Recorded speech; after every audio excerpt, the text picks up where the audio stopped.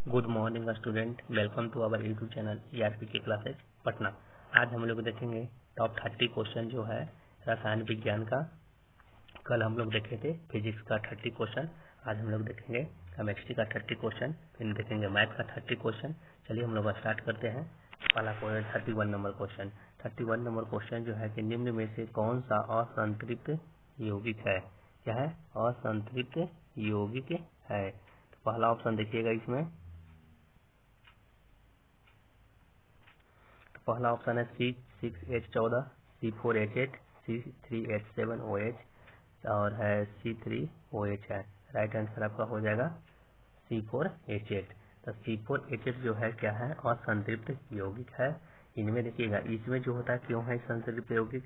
इसमें carbon carbon का जो है आबंध जो होता है, कार्बन कार्बन के बीच जो आबंध होता है वे द्विबंध होगा। क्या होगा? द्विबंध होगा, या क्या होगा? या क्या होगा? त्रिबंध होगा। त्रिबंध, द्विबंध होगा, त्रिबंध रहेगा, जिसमें ये सब क्या रहेगा? उपस्थित रहेगा। क्या रहेगा? उपस्थित रहेगा। उसी को हम बोलते हैं असंतृप्त यौगिक बोलते हैं। तो असंतृप्त यौगिक उसे कहते हैं जिस यौगिक में कार्बन कार्बन के बीच द्विबंध या त्रिबंध का उपस्थित रहेगा, उसी को हम लोग बोलते हैं। इनका जो सामान्य सूत्र होता है, क्या इसका सामान्य सूत्र आप लोग देखिएगा। असंतृप्त यौगिक का सामान्य सूत्र क्या होता है, कि आप लोग को याद रखिएगा, कभी भी पूछ सकता है। CnH2n, याद रखना है CnH2n, या क्या CnH2n -2 होता है। क्या होता है? CnH2n -2 होता है। आप लोग को नहीं पता है तो आप लोग लिख लीजिएगा। ये असंतृप्त यौगिक का पहचान करने के लिए पूछेगा, जिसमें कार्बन कार्बन के बने के यौगिक जो होता है, जिसमें कार्बन कार्बन द्विबंध या त्रिबंध के साथ उपस्थित रहेगा, उसी को असंतृप्त यौगिक कहते हैं। इसका सामान्य सूत्र CnH2n होता है। क्या होता है? CnH2n या CnH2n -2 होता है। चलिए यहाँ पर आप पुट कर दीजिए, C की जगह क्या, 8 की जगह 4 पुट कीजिएगा, और यहाँ पर क्या हो जाएगा? C4H8 हो जाएगा। राइट आंसर आपका हो जाएगा बी नंबर। क्या हो जाएगा? Right answer B number. चलिए हम लोग देखते हैं नेक्स्ट क्वेश्चन। नेक्स्ट क्वेश्चन देखते हैं 32 नंबर। कह रहा है क्या 32 नंबर कि क्रोमियम की परमाणु संख्या 24 है, तो इसका इलेक्ट्रॉनिक विन्यास क्या होगा? तो क्रोमियम के देखिए, क्रोमियम का कितना होता है? क्रोमियम का होता है इलेक्ट्रॉनिक विन्यास 2, 8, 18 होता है, तो फिर एक में 13, इसमें 1 हो जाएगा। क्यों, कैसे होगा? तो देखिएगा 1s2, पहला में 2 को भरेगा, 2s2, फिर उसके बाद 2p6, 2p के बाद 3 में चल जाएगा, 3s2, फिर जाएगा क्या? 3p6, उसके बाद 3d5, इसके बाद 4s1। ठीक है, ये आपका है जो आपका 24 क्रोमियम का हो गया। इसमें आवर्त एवं 6 वर्ग, इसमें 4 आवर्त होता है, 6 क्या होता है? यह जो बोलेगा यहाँ पर कि इलेक्ट्रॉन जो क्रोमियम जो है कैसा तत्व है? तो ये संक्रमण धातु है। कैसा धातु है? तो संक्रमण धातु है। क्या है? क्रोमियम कैसी धातु है? तो संक्रमण धातु है। ठीक है, संक्रमण धातु है आपका क्रोमियम। यह स्टेनलेस स्टील का जो होता है, क्या होता है? स्टेनलेस स्टील बनाने में इसी का उपयोग होता है। यह स्टेनलेस स्टील का मुख्य घटक है। किसका है? Stainless steel. इसका स्टेनलेस स्टील का जो है कि प्रमुख ही घटक है। स्टेनलेस स्टील में क्या क्या होता है? स्टेनलेस स्टील में Fe होता है, प्लस C होता है, प्लस Cr क्रोमियम होता है, प्लस क्या होता है? निकेल होता है। चलिए आप लोग को समझ में आ गया होगा कि क्रोमियम का जो होता है 2, 8, 13, 1 होता है, मैंने 13, 1, 14, 22, 2, 24, 1s2, 2s2, 2p6, 3s2, 3p6, 3d5, 4s1। आप लोग इलेक्ट्रॉनिक विन्यास लिखने में कोई दिक्कत होगा तो आप हमको कमेंट कर दीजिएगा। इस तरह हम वीडियो, शॉर्ट वीडियो को लेकर आकर बना के बता देंगे। इसी को बोलते हैं संक्रमण धातु, बोलते हैं क्रोमियम को। इसी को बोलते हैं स्टेनलेस स्टील। क्या कहते हैं इसका? यह स्टेनलेस स्टील का मुख्य घटक होता है। स्टेनलेस स्टील कैसी का बनता है? तो लोहा रहता है, कार्बन रहता है, क्रोमियम रहता है और निकल रहता है, उससे निर्माण होता है स्टेनलेस स्टील का निर्माण होता है। चलिए हम लोग नेक्स्ट क्वेश्चन जो देखते हैं।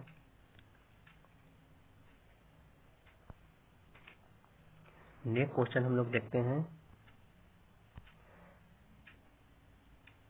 निम्नलिखित में से किस यौगिक के ऑक्सीजन के ऑक्सीकरण की संख्या -+2 है।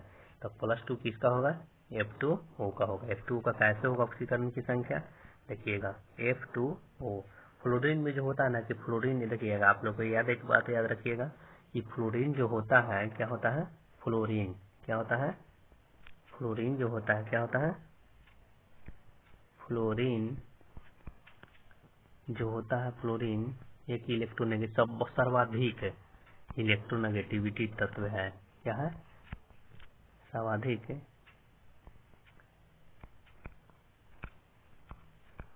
इलेक्ट्रोनेगेटिव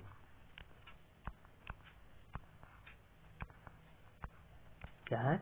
इलेक्ट्रोनेगेटिविटी तत्व है। ठीक है, जिसकी ऑक्सीकरण संख्या हमेशा -1 होता है। ऑक्सीकरण संख्या आप लोग को याद करना है कितना होता है? -1 आप लोग को होता है। किसका? आप लोग को याद रखना है कि फ्लोरीन का जो होता है ऑक्सीकरण संख्या जो होता है -1 होता है। आप लोग रट जाइएगा इसको। अब होता है क्या? F2O में निकालना है। किस में निकालना है? F2O में। तो F2O में देखिएगा निकालने के लिए इसे क्वेश्चन एक आता ही है। हमको निकालना है ऑक्सीजन का निकालना है, तो नहीं पता है तो x मान लेंगे। जिसको नहीं पता रहे उसको x मान लेते हैं। चलिएगा F2O में F2O का कितना है? तो बताइएगा 2 परमाणु है, 2 गो। इसका कितना ऑक्सीकरण संख्या होता है? फ्लोरीन को आपको बता दे चुके हैं पहले कि -1 होता है। ऑक्सीजन का नहीं मालूम है, तो ऑक्सीजन का नहीं मालूम है तो x मानेंगे। तो बराबर में क्या कर देंगे? 0। कितना हो जाएगा? -2 प्लस कितना? x बराबर कितना? 0। तो x बराबर क्या हो जाएगा? +2 आपका आ गया ऑक्सीकरण संख्या आपको आ गया। नेक्स्ट क्वेश्चन देखिएगा आपका कि +2 राइट आंसर आपका डी हो जाएगा। नेक्स्ट क्वेश्चन हम लोग देखते हैं।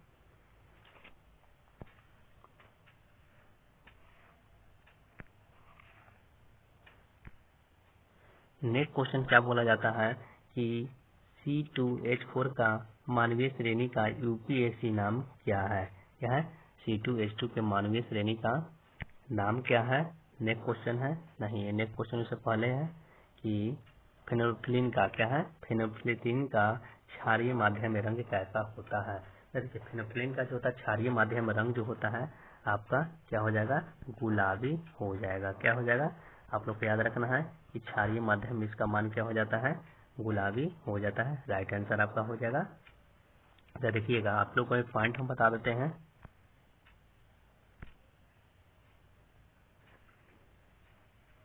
यहाँ पर आपका है मिथाइल ऑरेंज। क्या है? Methyl orange. और यहाँ पर क्या है? फेनोल्फिलीन, फिनोलेथैलीन है। क्या है? फिनोलेथैलीन है, याद आप लोग रखिएगा। और यहाँ पर आपका हो जाएगा अम्ल। अम्ल में चलते हैं। अम्ल में जो होता है फेनोल्फिलीन के मिथाइल क्या हो जाता है? लाल हो जाता है। और ये क्या हो जाता है? रंगहीन हो जाता है। क्या हो जाता है? रंगहीन हो जाता है। क्षारक में हम चलते हैं तो क्षारक में जो होता है क्या? ये मिथाइल ऑरेंज में क्या हो जाता है? पीला हो जाता है। और जो क्षारक जो होता है यहाँ पर फेनोल्फिलीन में क्या हो जाता है? गुलाबी हो जाता है। मोस्ट विविया ये सब है, आप लोग अच्छे से देख लीजिएगा। नहीं अगर पता है तो आप लोग लिख लीजिएगा, इसको अच्छे से लिख लीजिएगा। चलिए हम लोग नेक्स्ट चलते हैं।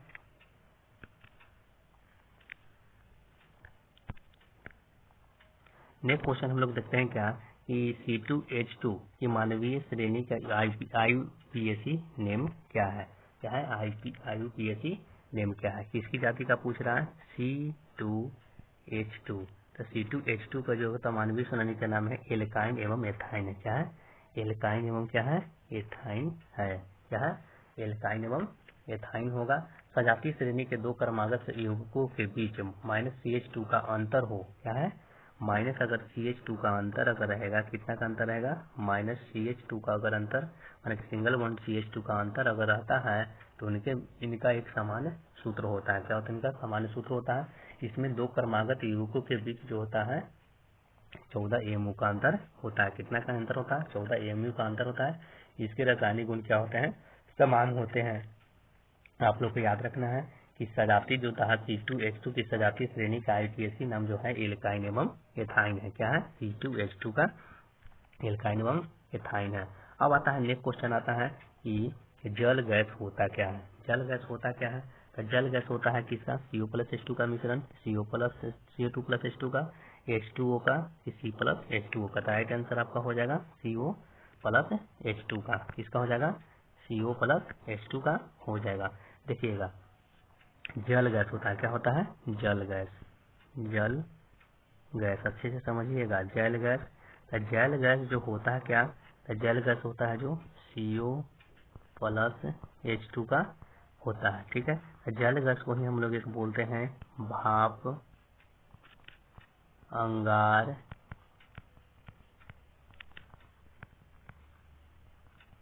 गैस। ठीक है, भाप अंगार गैस। एक आपको आता है प्रोड्यूसर गैस। क्या आता है, प्रोड्यूसर गैस। तो प्रोड्यूसर गैस किसका होता है, CO प्लस N2। क्या होता है, प्रोड्यूसर गैस को हम लोग बोलते हैं CO प्लस क्या बोलते हैं, N2 बोलते हैं। आप लोग को याद रखना है कि CO प्लस N2 किसको बोलते हैं, प्रोड्यूसर गैस को आप लोग को बोलते हैं। एक आता है वाटर गैस। क्या आता है, वाटर गैस, याद रखिएगा वाटर गैस। तो वाटर गैस में सब में कार्बन मोनोऑक्साइड होगा, CO प्लस क्या रहेगा, ये दोनों में मिल जाएगा, H2 भी इसमें शामिल हो जाएगा और प्लस इसमें N2 भी शामिल हो जाएगा। क्या हो जाएगा, N2 भी शामिल हो जाएगा। तो आप लोग को याद रखना है कि जल गैस जो होता है CO प्लस H2 होता है, प्रोड्यूसर गैस को होता है जिसको CO प्लस N2 होता है, वाटर गैस को CO plus H2 plus N2 हम लोग बोलते हैं। कोई दिक्कत नहीं होना चाहिए। क्वेश्चन आपका था कि जल गैस का सूत्र क्या होता है, तो जल गैस का होता है CO प्लस H2 होता है। नेक्स्ट क्वेश्चन हम लोग चलते हैं। नेक्स्ट क्वेश्चन क्या है कि आवर्त सारणी के सेकंड ए में तत्व कहलाते हैं। क्या था, आवर्त सारणी के सेकंड ए में तत्व आपके कहलाते हैं। तो सेकंड ए वाला जो तत्व होता है, याद रखिएगा आप लोग, सेकंड ए वाला जो तत्व होता है वो क्षारीय मृदा धातु कहलाती है। क्या कहलाती है, क्षारीय मृदा धातु कहलाती है। आप लोग को हम बता देते हैं, सेकंड ए का जब भी पूछे तो क्या हो जाता है, मृदा धातु होती है। क्या होती है, मृदा धातुएं होती है। ठीक है, सेकेंड ए का जो होगा मृदा धातुएं। फर्स्ट ए का भी कहीं पूछ देगा, क्या पूछ देगा, फर्स्ट ए का क्या होता है, तो क्षार धातुएं। तत्व जो है क्या होता है, क्षार धातुएं होती है। फर्स्ट ए का क्षार धातुएं होती है और दूसरा क्या होती है, मृदा धातुएं होती है। कोई दिक्कत नहीं है।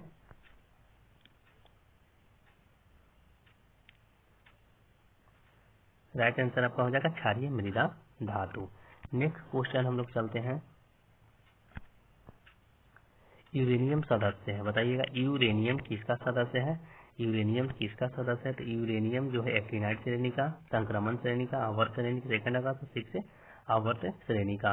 यूरेनियम जो है फेरियम एक्टिनाइड श्रेणी का सदस्य है जो रेडियो एक्टिव तत्व है। क्या है, रेडियो एक्टिव तत्व है। यूरेनियम जो है क्या है, रेडियो एक्टिव तत्व है। ये एक्टिनाइड तत्व, इसको एक्टिनाइड की श्रेणी में रखा गया है। क्या है, एक्टिनाइड की श्रेणी में हम लोग इसको रखते हैं।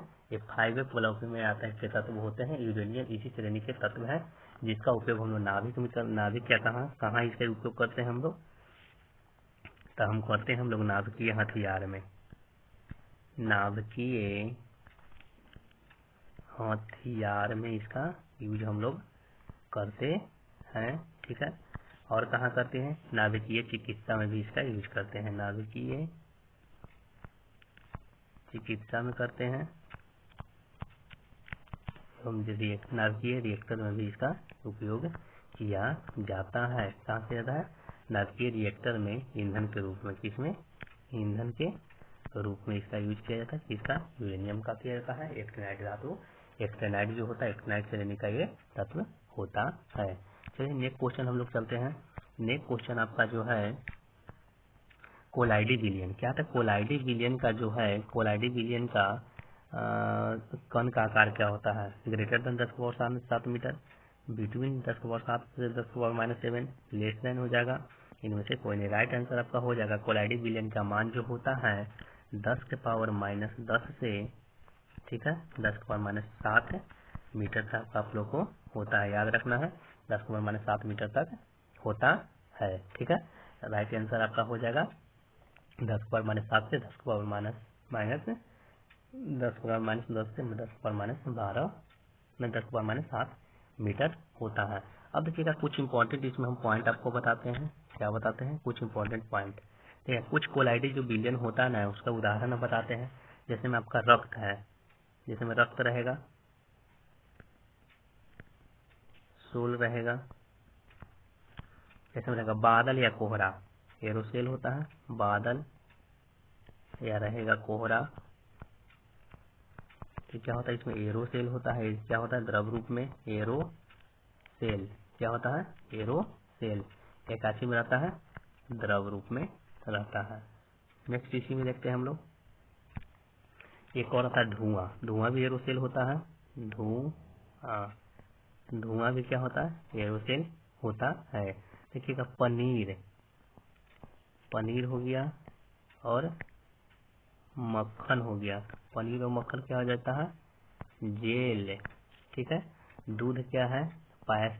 पायस बोलो, क्या है? दूध एक पायस है।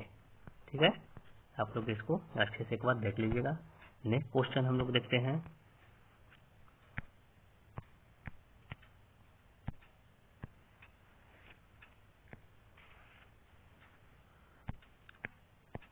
नेक्स्ट क्वेश्चन हम लोग देखते हैं कि पॉलीथिलीन प्लास्टिक का निर्माण कैसे होता है? एथिलीन के बहुलीकरण से।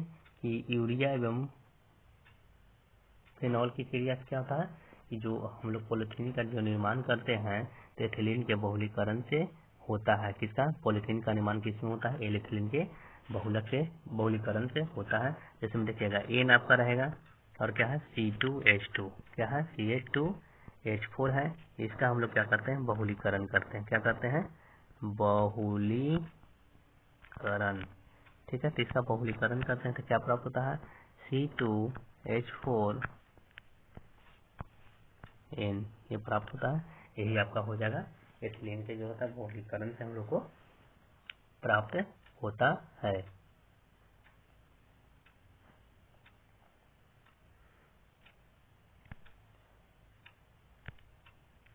नेक्स्ट क्वेश्चन हम लोग देखते हैं। आपका 40 नंबर क्वेश्चन खत्म हो गया। अब नेक्स्ट क्वेश्चन हम लोग देखते हैं।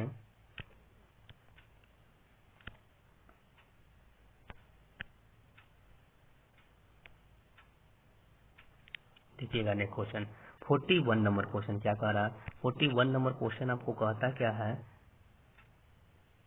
41 नंबर जो क्वेश्चन क्या बोलता है?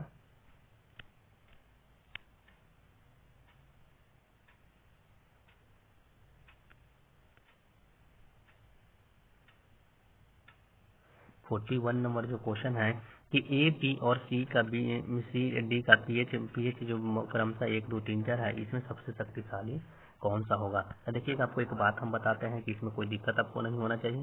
कि देखिएगा सबसे शक्तिशाली अम्ल अगर रहेगा, क्या रहेगा? अम्ल रहेगा।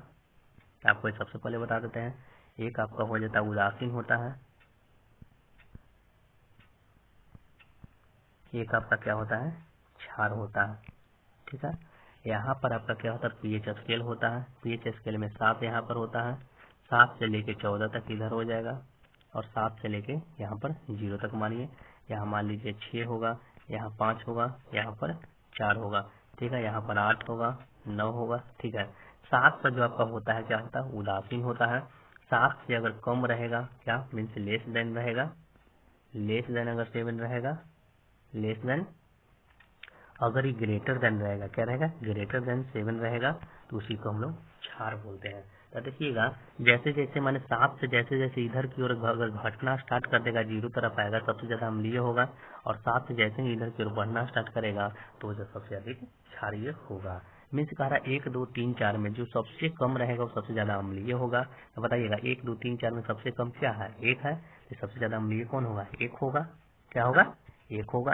अगर मान लीजिए कि अगर पूछेगा बताइएगा 9 और 10 में सबसे ज्यादा क्षारीय कौन है, तो सबसे अधिक वाला क्षारीय हो जाएगा, क्योंकि ऐसे करके बढ़ता है तो 10 वाला अधिक क्षारीय हो जाएगा।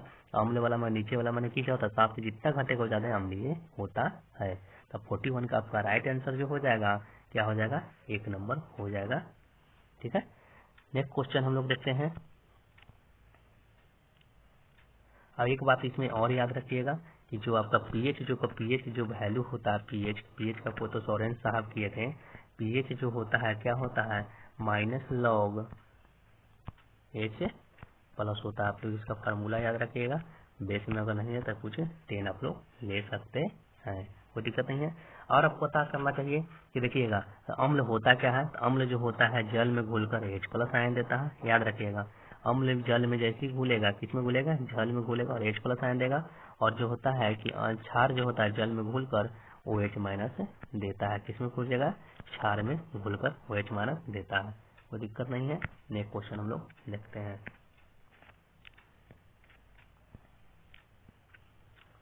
नेक्स्ट क्वेश्चन क्या है कि अधातुओं में द्रव कौन है, धातु में द्रव कौन है, ब्रोमीन, क्लोरीन तथा ब्रोमीन, केवल फास्फोरस, इनमें से कोई नहीं। राइट आंसर आपका हो जाएगा 42 का 1 नंबर हो जाएगा। क्या हो जाएगा, 42 का 1 नंबर क्या हो जाएगा, केवल ब्रोमीन। ब्रोमीन एक अधातु है जो द्रव अवस्था में पाया जाता है। ब्रोमीन क्या है, आपका एक हैलोजन है। क्या है, हैलोजन है। ये केमा तत्व का है, इस 17वें तत्व का 17वें वर्ग का तत्व है, याद रखना है आप लोग को, 17वें वर्ग का तत्व है। यह कैसा द्रव्य है, इसका रंग कैसा होता है, तो यह होता है जो लाल, और क्या होता है, लाल भूरा द्रव्य होता है। क्या होता है, लाल भूरा द्रव्य होता है। इसकी परमाणु संख्या कितनी होती है, तो इसकी परमाणु संख्या जो होती है 35 होती है। क्या होती है। अब आप लोग को याद रखना है कि अधातु में कौन द्रव है, तो पता चल गया। एकमात्र जो होता है कि अधातु में, अगर द्रव में पूछ जाए कि एकमात्र बताइएगा, धातु में पूछेगा द्रव, तो धातु में अगर द्रव पूछेगा, धातु में क्या पूछेगा, द्रव पूछेगा, तो आप लोग को मार के आना है पारा। अधातु में ब्रोमीन, अधातु में मार के आना है पारा। चलिए आप लोग को समझ में आ गया होगा। आप लोग अगर नए होंगे तो चैनल को सब्सक्राइब कर दीजिएगा, बेल आइकन को प्रेस कर दीजिएगा। हम वही क्वेश्चन कराएंगे जो आप लोग को डिप्लोमा में आएगा, सेम टू सेम लगेगा कि हम टेस्टिंग दे रहे हैं। आप लोग बस बने रहिएगा। चलिए हम लोग स्टार्ट करते हैं। 43 नंबर कह रहा है, 43 नंबर क्वेश्चन कहता है कि कार्बनिक यौगिक का मुख्यतः क्या पाया जाता है। बताइए, कार्बनिक यौगिक कुछ भी रहेगा तो उसमें सबसे हाइड्रोजन, कार्बन होगा ही, हाइड्रोजन होगा ही और ऑक्सीजन होगा ही, ये तीनों तो रहेगा ही कार्बनिक यौगिक जब भी बनेगा। तो इसके अलावा देखिए राइट आंसर आपका ए हो जाएगा। अब क्वेश्चन एक आ रहा है कि 6.022 इंटू 10⁻23 में CO क्या है। तो CO का सबसे पहले पूछ रहा था, एक मोल में आपका दिया हुआ कितना, एक मोल बराबर कितना दिया हुआ है, तो 6.022 इंटू 10⁻23 मोल में क्या है, मोल में CO कितना है, तो CO को हम लोग निकाल लेते हैं। C का कितना होता है, 6 दूनी 12 और कितना इसका होता है, 8 दूनी 16, तो 16 कितना था, 16 इसका होता है, तो 16 इसका 28 ग्राम, तो टोटल क्या हो जाएगा 28 ग्राम, आपका राइट आंसर हो जाएगा। फिर पूछ रहा CO में मोल में कितना है, 28 ग्राम है। चलिए नेक्स्ट क्वेश्चन हम लोग देखते हैं। नेक्स्ट क्वेश्चन जो आपका है 46 नंबर, 45 नंबर क्वेश्चन है कि एल्युमिनियम का विकर्ण संबंध किससे है। तो देखिएगा एल्युमिनियम का दूसरा आवर्त है, एक क्या है, दूसरा आवर्त, ठीक है, और लिख लेते हैं तीसरा आवर्त, तीसरा आवर्त लिख लिए Li, Be, boron, carbon, sodium, magnesium, aluminium, silicon. देखिए लिथियम का संबंध विकर्ण संबंध किससे होगा, मैग्नीशियम से। बेरियम का संबंध किससे होगा, एल्युमिनियम से। अब बोरन का किससे संबंध होगा, तो सिलिकॉन से संबंध होगा। आपका राइट आंसर जो आपका पूछ रहा है एल्युमिनियम का पूछ रहा है, तो एल्युमिनियम का बी से हो जाएगा, राइट आंसर आपका बी हो जाएगा। आप लोग इसको देख लीजिएगा अच्छे से। नेक्स्ट क्वेश्चन हम लोग देखते हैं। नेक्स्ट क्वेश्चन हम लोग देखते हैं 46 नंबर। 46 नंबर क्वेश्चन कहता है कि पोटेशियम फ्लोरोनाइड जो फार्मूला है किस प्रकार का लवण है। एक किस प्रकार का लवण है, जो पोटेशियम फ्लोराइड जो है, एक इसमें क्या होता है कि पोटेशियम फ्लोराइड एक संकर लवण है। क्या है, एक प्रकार का संकर लवण है। याद रखना आपको कि पोटेशियम फ्लोरोनाइड जो है कि एक संकर लवण है। क्या है, संकर लवण है। इसे हम जो होता है उप संयोजक यौगिक कहते हैं। इसको क्या कहते हैं, उप संयोजक यौगिक भी कहते हैं, उप संयोजक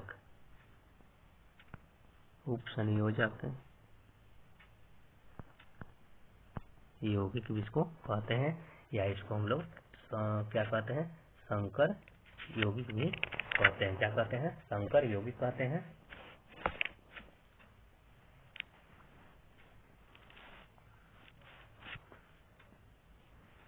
चलिए नेक्स्ट क्वेश्चन हम लोग देखते हैं। निम्नांकित में एल्कीन कौन सा है? क्या है निम्नांकित में?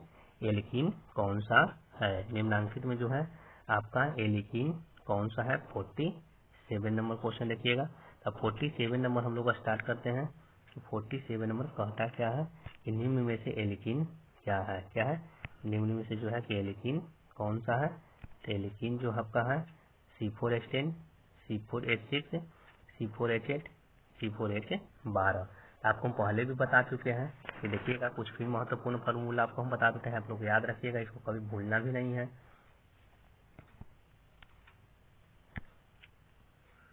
देखिएगा एल्केन सबसे पहले होता है एल्केन। क्या होता है? एल्केन। इससे तो ये क्वेश्चन फिक्स है कि फार्मूला पूछने के लिए। तो एल्केन का सूत्र जो होता है CnH2n + 2। इसका प्रथम यौगिक जो है मीथेन होता है CH4। पुट करके देख लीजिएगा, इसका एक वैल्यू पुट करेंगे तो 2 2 4 हो जाएगा। दूसरा होता है एल्कीन होता है। क्या होता है? एल्कीन। एल्कीन का जो होता है फार्मूला CnH2n। क्या होता है? H2n। देखिएगा 2 2 घटते चला जाएगा, 2 घट गया तो CnH2n सिर्फ बचा। इसका फार्मूला हो जाएगा C2H4 जो होगा एल्कीन हो जाएगा। अब आता है एल्कीन हो गया, एल्कीन हो गया। अब आता है एल्काइन। क्या आता है? एल्काइन। एल्काइन जो होता है क्या? फिर 2 घटा दीजिए तो CnH2n माइनस क्या हो जाएगा? 2 हो जाएगा। तो इसका आप लोग पुट करके देख लीजिएगा C2H4 C2H2 इसका आ जाएगा। आप लोग अच्छे से इसको देख लीजिएगा एक बार तीनों को। चलिए हम लोग क्वेश्चन की ओर बढ़ते हैं। क्वेश्चन हम लोग को क्या बोल रहा है? तो क्वेश्चन को देखते हैं कि निम्न में से कौन सा एल्कीन है। तो बताइए एल्कीन है CnH2n। तो CnH2n मीन्स क्या होगा कि C4H6 होगा। CnH2n अगर 4 करेंगे तो 4 दूनी 8 हो जाएगा, 4 करेंगे तो क्या हो जाएगा? 4 दूनी 8 हो जाएगा। और क्या करेंगे? 4 करेंगे तो 4 दूनी 8 हो जाएगा।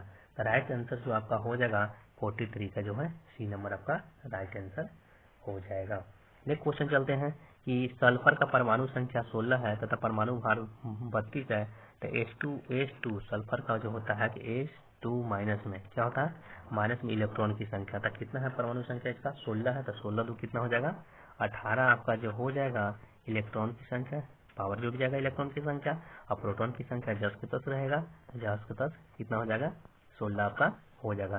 तो राइट आंसर जो हो जाएगा आपका C नंबर हो जाएगा। चलिए फिर हम लोग स्टार्ट करते हैं। नेक्स्ट क्वेश्चन स्टार्ट करते हैं। पानी की कठोरता का कारण क्या है? तो पानी का कठोरता का कारण सोडियम पोटेशियम लवण, कैल्शियम और मैग्नीशियम लवण, लेड कॉपर एवं लवण और इनमें से कोई नहीं। राइट आंसर आपका होगा कैल्शियम एवं मैग्नीशियम लवण के कारण पानी की कठोरता का इसका कारण है। तो पानी की कठोरता 2 प्रकार का होता है। देखिए पानी का कठोरता जो होता है कितना याद समझ लीजिएगा अच्छे से एक बार, इससे क्वेश्चन तो पूछता ही है कि पानी का जो कठोरता होता है 2 प्रकार से होता है। कितना प्रकार से? 2 प्रकार के। एक स्थायी होता है, एक अस्थायी होता है। क्या होता है? एक स्थायी होता है और एक अस्थायी होता है। आप लोग देख लीजिएगा अच्छे से एक बार। तो देखिएगा पानी की कठोरता, जल की कठोरता 2 प्रकार की होती है। जल की कठोरता, तो देखिएगा जल की कठोरता 2 प्रकार से होती है। एक क्या होती है? एक इसमें होता है अस्थायी। क्या होता है? अस्थायी। और दूसरा क्या होता है? अस्थायी।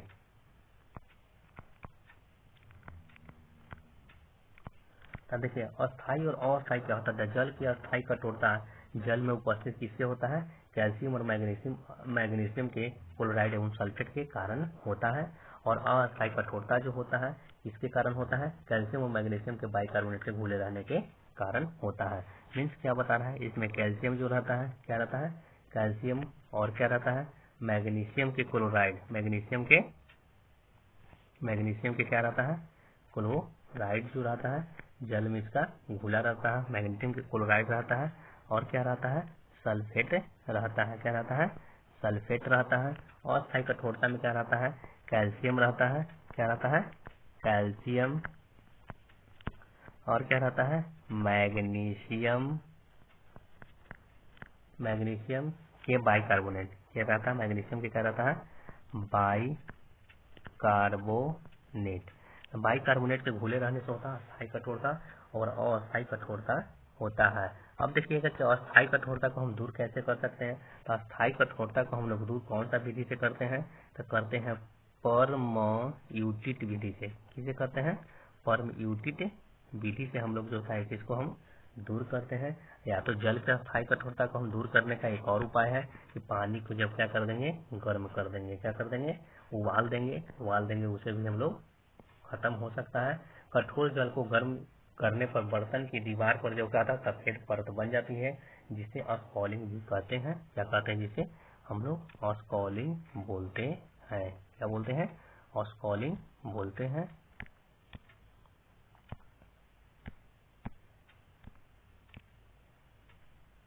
चलिए हम लोग नेक्स्ट क्वेश्चन देखते हैं। नेक्स्ट क्वेश्चन आपका जो है, इन एक यौगिक के मोल में कार्बन क्या है, कार्बन का 1 मोल और ऑक्सीजन के 2 मोल है, तो यौगिक का अनुभार क्या होगा।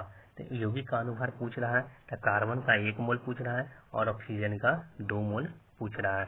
तो कार्बन का कितना हो जाता है, तो कार्बन का पद हो जाता है कितना, बताइएगा। 6 दूनी कितना हो जाएगा, 12 हो जाएगा। और इसका कितना होता है, 16, 8 इसका 16 होता है और 16 दूनी क्या हो जाएगा, 32। तो 32 का 12 कितना, 32 का 2 34 10 कितना हो जाएगा, 44। यौगिक का अनुभार जो आपका 44 आपका राइट आंसर हो जाएगा। कितना हो जाएगा। अब CO2 है क्या, तो CO2 का यूज हम कहाँ करते हैं, इसका उपयोग कोल्ड ड्रिंक्स में करते हैं। याद रखिएगा, कोल्ड ड्रिंक्स जो होता है, कोल्ड ड्रिंक्स में जो फेन आता है वो सब कोल्ड ड्रिंक्स में होता है। कोल्ड ड्रिंक्स में CO2 के कारण होता है। इसका भी यूज किया जाता है, कहाँ पर भी किया जाता है, तो एक और जगह किया जाता है, प्रकाश संश्लेषण में किया जाता है। कहाँ किया जाता है, प्रकाश संश्लेषण में भी किया जाता है। और इसका एक जगह और उपयोग है, कहाँ पर उपयोग है, तो इसका एक जगह और उपयोग, आग को बुझाने में इसका उपयोग किया जाता है। कहाँ किया जाता है, आग को बुझाने में। आग को बुझाने में क्या कहता है, आग को इसको बुझाने में भी इसका उपयोग हम लोग करते हैं। ठीक है।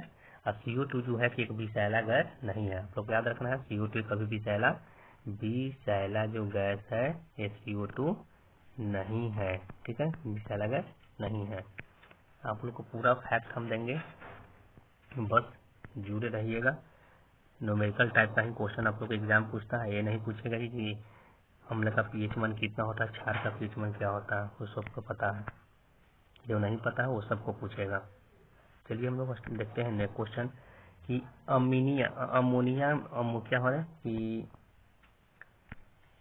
गुब्बारे में भरी जाने वाली गैस क्या है, नाइट्रोजन, हाइड्रोजन, क्लोरीन, अमोनिया। तो राइट आंसर हो जाएगा बी, हाइड्रोजन गैस। का बोलेगा हाइड्रोजन गैस नहीं, अगर हीलियम रहता तो इसको हम लोग हीलियम मारते। हीलियम ऑप्शन में नहीं था, इसलिए हम लोग नाइट्रोजन से हल्का क्या होता है, हाइड्रोजन होता है, इसलिए राइट आंसर आपका हाइड्रोजन हो जाएगा।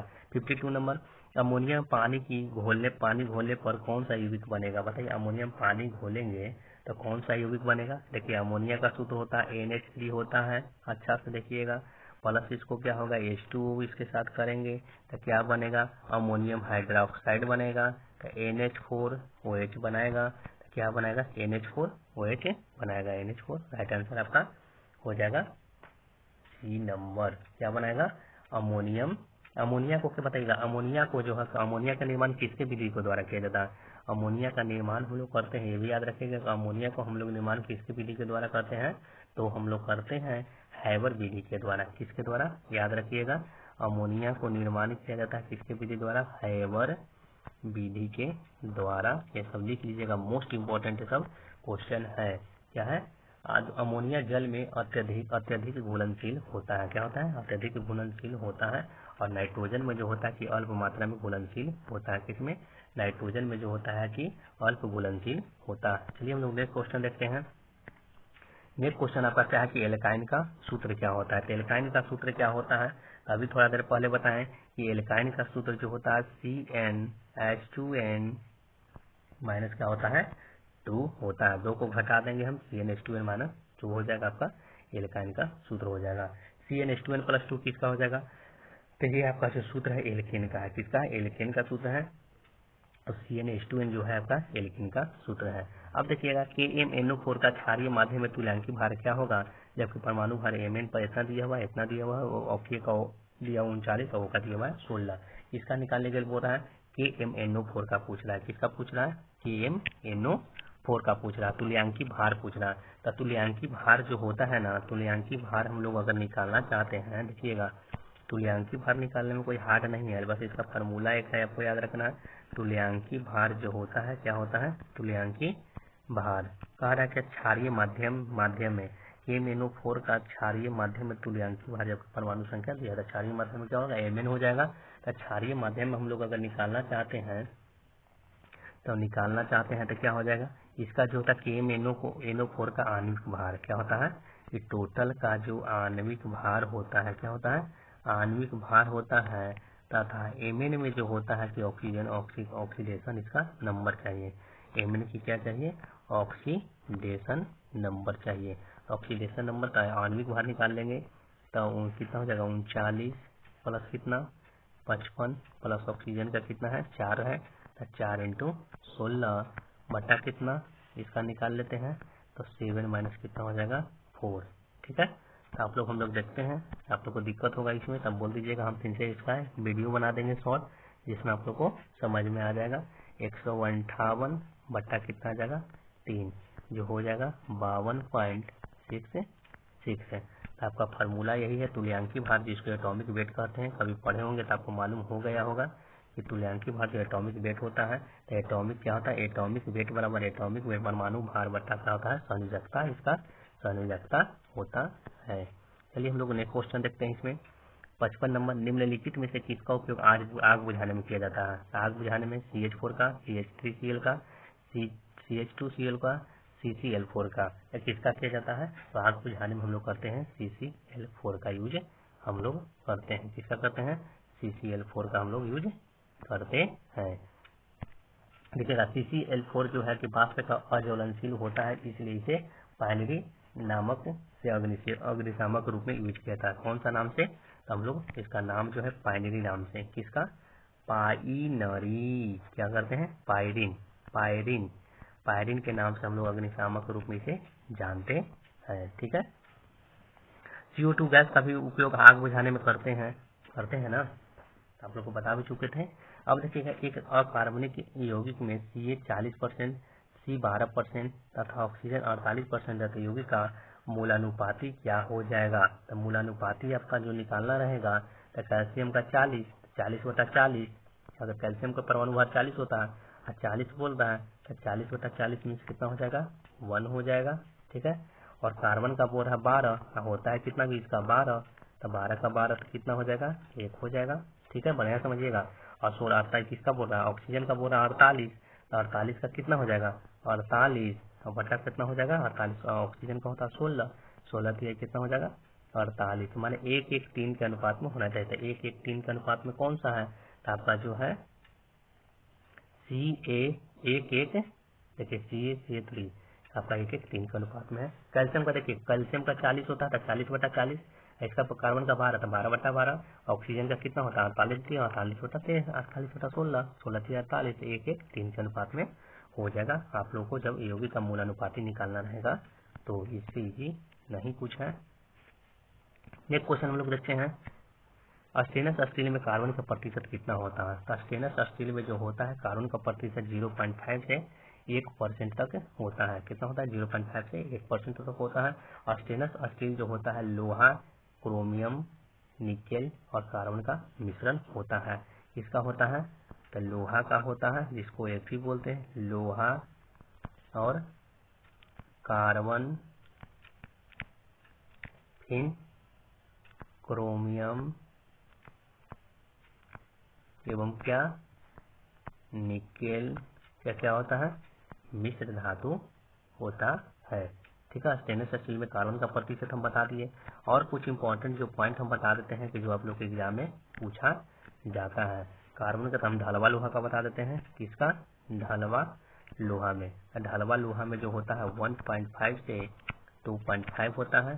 पीटवा लोहा में पूछेगा तो पीटवा जो लोहा में आपका होता है 0.25 से 0.5, इसे शुद्ध लोहा भी इसको हम कहते हैं। क्या कहते हैं? लोहा में इसको शुद्ध लोहा, पीटवा लोहा को बोला जाता है। इस्पात में इसका यूज कितना किया जाता है? तो इस्पात में इसका 0.5 से 1.5 तक किया जाता है। ठीक है। और लोहा को जो होता है जंग रहित बनाने के लिए इसे क्रोमियम का भी उपयोग इसमें किया जाता है। किसका उपयोग किया जाता है? क्रोमियम का उपयोग किया जाता है। चलिए हम लोग नेक्स्ट क्वेश्चन देखते हैं। नेक्स्ट क्वेश्चन आपका जो क्या है, नेक्स्ट क्वेश्चन है कि थर्मोस्टिंग प्लास्टिक का एक उदाहरण है। बताइए थर्मोस्टिंग प्लास्टिक का क्या उदाहरण है इसमें से?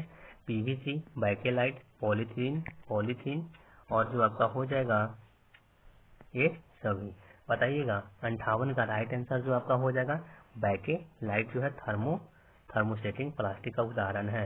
बैकेलाइट थर्मोस्टेटिंग का प्लास्टिक का उदाहरण है। थर्मोस्टेटिंग प्लास्टिक वे है जो एक बार कक्षा में ढाल देने के बाद, याद रखिएगा, एक बार कक्षा में ढाल देने के बाद पुनः विकृत नहीं किया जा सकता। पुनः क्या है? पुनः इसको विकृत नहीं किया जा सकता है। क्या है? पुनः विकृत इसको नहीं कर सकते हैं, जिसी को हम लोग बोलते हैं थर्मोस्टेटिक प्लास्टिक बोलते हैं। थर्मोस्टेटिक प्लास्टिक जो आसानी से विकृत हो जाता है, इसे बार बार सांचे में ढाल सकते हैं। थर्मोप्लास्टिक बोल रहा है, थर्मोप्लास्टिक, थर्मोसेटिंग नहीं। थर्मोसेटिंग को तो एक ही बार सांचे में ढाल दिए फिर से विकृत नहीं होगा, लेकिन थर्मोप्लास्टिक अगर पूछते तो आसानी से वो विकृत हो जाता है। इसे बार बार सांचे में ढाल सकते हैं। बैकेलाइट जो होता है, बैकेलाइट होता है फिनॉल और फॉर्मेल्डिहाइड का क्या होता है? बहुलक होता है। बैकेलाइट किसका बहुलक है? याद रखना है। तब फिनॉल किसका होता है? फिनॉल और किसका? फॉर्मल्डिहाइड का क्या होता है? फॉर्मल्डिहाइड का क्या होता है? बहुलक होता है। और पीवीसी जो होता है विनाइल क्लोराइड का बहुलक होता है। किसका होता है? विनाइल क्लोराइड का बहुलक कौन होता है? पीवीसी होता है। किसका होता है? पीवीसी जो होता है, पीवीसी किसका होता है? तो विनाइल क्लोराइड का, विनाइल क्लोराइड का। ठीक है। और पॉलीथीन जो होता है, पॉलीथीन क्या? पॉलीथीन किसका बहुलक होता है? तो पॉलीथीन जो होता है इथिलीन का। किसका होता है? इथिलीन का। चलिए नेक्स्ट क्वेश्चन हम लोग देखते हैं।